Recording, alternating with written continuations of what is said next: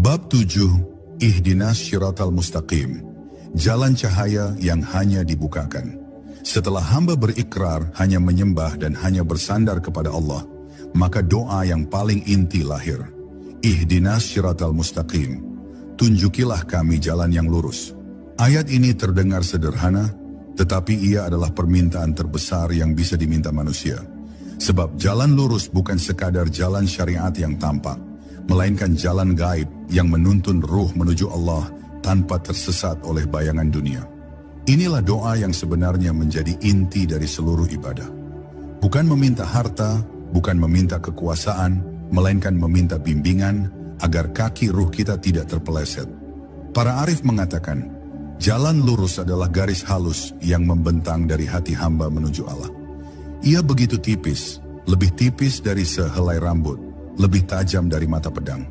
Sedikit saja engkau condong ke kanan atau kiri, engkau akan jatuh ke jurang hawa nafsu atau ke lembah kesesatan. Karena itu, jalan ini tidak bisa ditemukan hanya dengan ilmu, tidak bisa ditempuh hanya dengan amal. Ia adalah jalan yang hanya bisa dibukakan oleh Allah sendiri bagi hati yang ikhlas memohon petunjuk. Namun rahasia ayat ini lebih dalam lagi. Mengapa kita diminta membaca doa ini setiap hari, bahkan berulang kali dalam setiap rakaat salat? Karena jalan lurus bukan sekali ditempuh, lalu selesai. Ia adalah perjalanan yang harus terus-menerus diminta. Setiap detik, setiap pilihan, setiap langkah dalam hidup bisa menjerumuskan kita keluar dari jalan itu. Maka ihdina bukan permohonan sesaat, melainkan permohonan abadi, agar Allah terus-menerus menuntun kita, meski kita lemah, meski kita lalai, meski kita terjatuh berkali-kali. Ada pula rahasia yang hanya disadari oleh hati yang terjaga. Jalan lurus itu bukan jalan kosong. Ia adalah jalan yang pernah ditempuh para nabi, para siddiqin, para syuhada, dan orang-orang saleh.